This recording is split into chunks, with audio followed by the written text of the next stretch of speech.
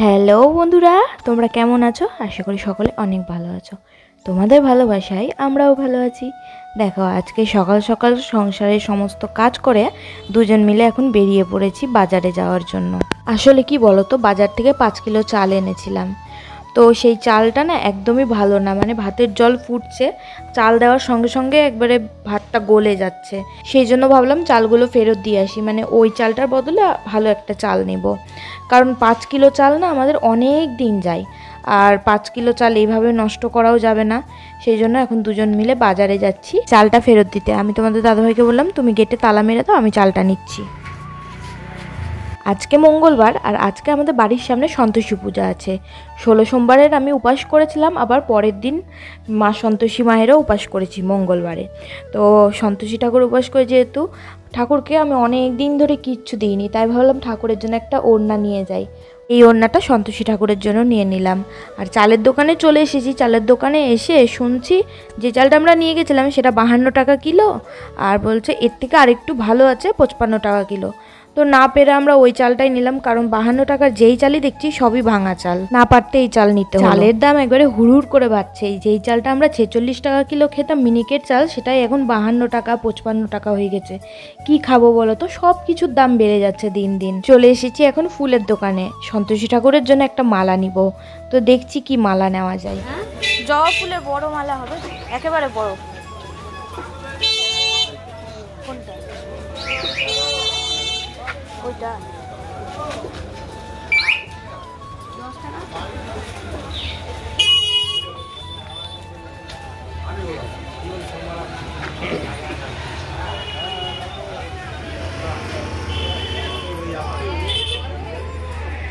কত ওটা?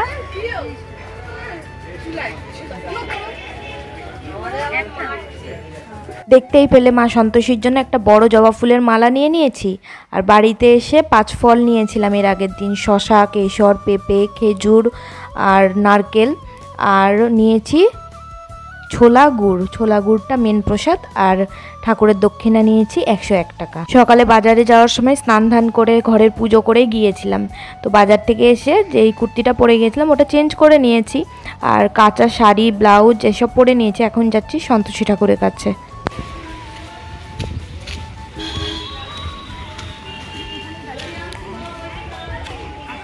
দেখো, সন্তোষী ঠাকুরের এখানে চলে এসেছি, আমি এখন বসে আছি। আর আমি যে ওড়নাটাই এনেছি সেটা এখন সন্তোষী ঠাকুরের গায়ে দিয়ে দিচ্ছে। আমার না জবা ফুলের মালাটা অনেক বড় নেওয়ার ইচ্ছা ছিল, কিন্তু ওটা না আগে থেকে বলে আসতে হতো। তারপর এইখানে এসে দেখছি এত বড় বড় মালা দিয়েছে সবাই জবা ফুলের, খুব ভালো লাগছে। আমারও ইচ্ছা ছিল এরকম বড় জবা ফুলের মালা দেওয়ার, তবে ইচ্ছাটা পূরণ হলো না। কিন্তু যখন আমি আমার বাড়িতে গিয়ে সন্তোষী ঠাকুরের উদযাপন দিব, তখন এরকম একটা বড় মালা মা সন্তোষীকে দিব। আর এখন আমি এইখানেই বসে থাকবো। আর তোমাদের দাদাভাই চলে গেছে কাজে, ও কিছু খাওয়া দাওয়া করেনি, না খেয়েই কাজে চলে গিয়েছে। আর আমি এখানে বসেছিলাম, তো ওখানে কাকিমাটা বলল, তুমি যখন বসে আছো সব ফলগুলো আমাকে কেটে দাও। দেখো এতগুলো ফল কেটেছি, আরও অনেক ব্যাগে ফল আছে, শসা, কেশর। সন্তোষী ঠাকুরের প্রসাদে তো এইসবই ফল দেওয়া হয়। আপেল, পেয়ারা, আঙ্গুর এসব সন্তোষী পুজোয় চলে না, কারণ ওগুলো টক ফল। আর দেখো ঠাকুরের জায়গাটা তোমাদেরকে আমি একটু ভালো করে দেখাচ্ছি, কি সুন্দর লাগছে না সন্তোষী ঠাকুরকে। এই সন্তোষী ঠাকুরের উপাসটা তো আমার মা করতো, মার থেকেই আমি ধরেছি। আমাদের বাড়িতেও অনেকবার উদযাপন হয়েছে, তবে সেটা ফটোতে। আমার ইচ্ছা মাকে মূর্তি তুলে আমি পূজা দিব বাড়িতে ফিরে যাওয়ার পর। দেখো একটা বড় ঘিয়ের প্রদীপ নিয়ে নিয়েছি। আমার শুক্রবারে যতটা ঘি ছিল আমি সম্পূর্ণ ঢেলে দিয়েছি এই ঘিয়ের প্রদীপে। আর একটা মোমবাতিও নিয়ে নিয়েছি। এখন বসে আছি, কাকিমা এসে আমাকে চন্দনের টিপ পরিয়ে দিল। তারপরে বলল যে ওখানে ঠাকুরের ভোগ হচ্ছে, তুমি একটু নারকেলটা কুড়িয়ে দাও। তো ঠাকুরের ভোগের এখানে আমি চলে এসেছি নারকেল কুড়াতে। নারকেল কুড়াতে না আমি খুব একটা পারি না, তবে চেষ্টা করি, দেখা যাক পারি কি না। অনেকগুলোই নারকেল আছে। চলো ফটফট করে এখন নারকেলগুলো কুড়ে দিই। তারপরে নারকেল কুড়ে চলে এসেছি, এখন অঞ্জলি হবে। তো অঞ্জলিটা খুব তাড়াতাড়ি হয়ে যাচ্ছে। আমি এখন এখান থেকে ফুল বেলপাতা নিয়ে নিচ্ছি, আমি এখন অঞ্জলিটা দিয়ে দিব। আর কেউ তো নাই আমার ক্যামেরাটা ধরে দেওয়ার, না হলে কাউকে বলতাম আমি অঞ্জলি দেওয়ার সময় ক্যামেরাটা ধরে দিতে। তো যাই হোক, আমি এখন অঞ্জলিটা দিয়ে দিই। অঞ্জলি দেওয়ার পর শরীরটা খুব খারাপ করছিল, ওখানেই গুড়ের শরবত দিচ্ছিল, তবে আমি বাড়িতে চলে এসেছি।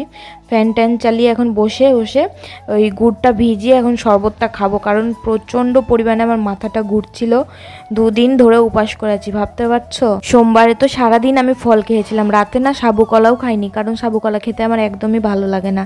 আর এখন মঙ্গলবারে এখন প্রায় 2টা-3টা বাজে, এখন আমি গুড়ের শরবতটা খেয়ে নিচ্ছি। জানো তো, এক ঢোকে আমি সম্পূর্ণ শরবতটা খেয়ে নিয়েছি, এত আমার গলাটা শুকিয়ে গেছিলো। তারপর দেখো তোমাদের দাদা ভাইকে একটু আলু সিদ্ধ ভাত করে দিয়েছিলাম, ও সেটা ঘি দিয়ে খেয়ে নিল। আর আমি এখন গিয়েছি যজ্ঞ দেখতে।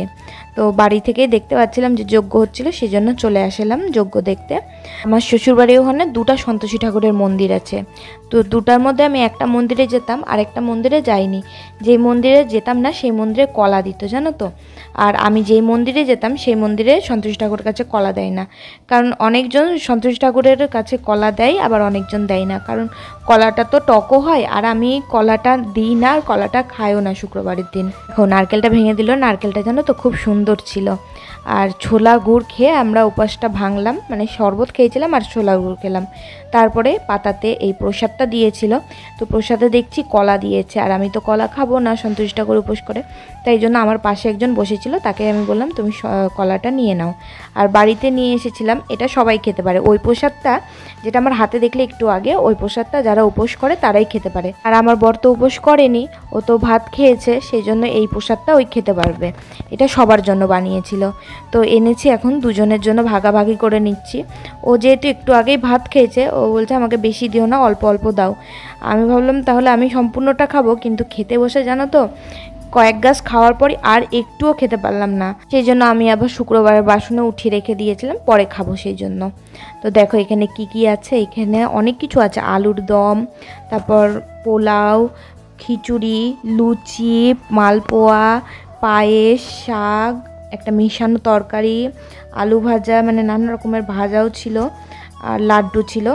আর এখানে সবথেকে বেশি ভালো লেগেছে আলুর দমটা। আলুর দমটা যা হয়েছিল না, দারুণ হয়েছিল, দারুণ। তো তোমাদের দাদাভাইকে এখন আমি দিয়ে দিলাম।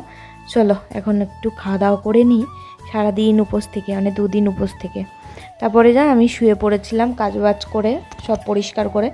আর তোমাদের দাদাভাইয়ের জন্য একটা দুধের প্যাকেট এনেছি 10 টাকা দিয়ে। বললো যে আমার জন্য রাতে কিছু খাবার করতে হবে না, দুধ এনে রাখো, আর মুড়ি তো আছে ঘরে, দুধ মুড়ি রাত্রেবেলা আমি খেয়ে নেব। আর আমাকে ওখানেই ডেকেছিল রাতেরবেলা খেতে, তবে একা একা যেতে একদমই ভালো লাগছিল না, কারণ পাশের বাড়ি কাকিমাটা ছিল, ও কাকিমাটা বললো যে আমি যাব না, তুমি একা একা কি যাবা। বললো আমিও একা একা যাবো না, এখানে কাউকে চিনি না জানি না, আর আমি একা একা যাব।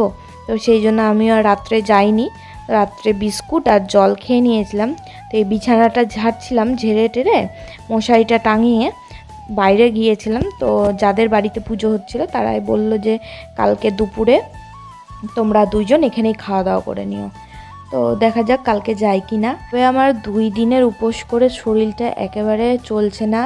সন্ধ্যাবেলা যখন শুয়েছিলাম তখন হাত পা আমার একেবারে অবশ হয়ে গেছিলাম, মানে আমি কিচ্ছু করতে পারছিলাম না, পুরো টান টান হয়ে শুয়েছিলাম। যখন বিকালবেলা স্নান করলাম আমি বললাম তুমি একটু গোপালকে দিয়ে দাও, দিয়ে শয়নে দিয়ে দাও, আমি আর মনে সন্ধ্যা ঠন্ধ্যা দিতে পারবো না। আমি তো বিছানা থেকে উঠতেই পারছিলাম না, এতটাই শরীর খারাপ করছিল।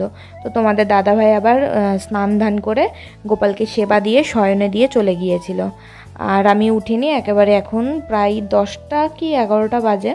তো এখন আমি মশারিটা টাঙাচ্ছি, কারণ তোমাদের দাদাভাইয়ের আসার সময় হয়ে গেছে, সেজন্য আমি দুধটা গরম করে রেখে দিয়েছি। তো দেখো মশারিটা টাঙিয়ে নিলাম। মশারি টাঙানোর পরও জানো তো ভেতরে এত মশা ঢুকে, মশারির অনেক জায়গায় না সেলাইগুলো খুলে গেছে। তো সেলাই করবো ভেবে আর সেলাই করাই হচ্ছে না, সেফটি পিন আটকে রেখে দিয়েছি। তো সেখানে মাঝে মানে এদিক ওদিকে একটু হয়তো ফাঁক থাকে, সেখান দিয়ে মশা ঢুকে যায় মশারির মধ্যে, আর সারা রাত মশা কামড়ায়। তোমাদের দাদাভাই যতক্ষণ না মশাগুলো মারবে ততক্ষণ ঘুমাবে না। আসলে কি বলতো, এখানে একটু মশার উৎপাতটা বেশি, খুব রাগ উঠে আমার। গরমের দিনে জানলা দরজা বন্ধ করে রাখা যায়, তোমরাই বলো তো।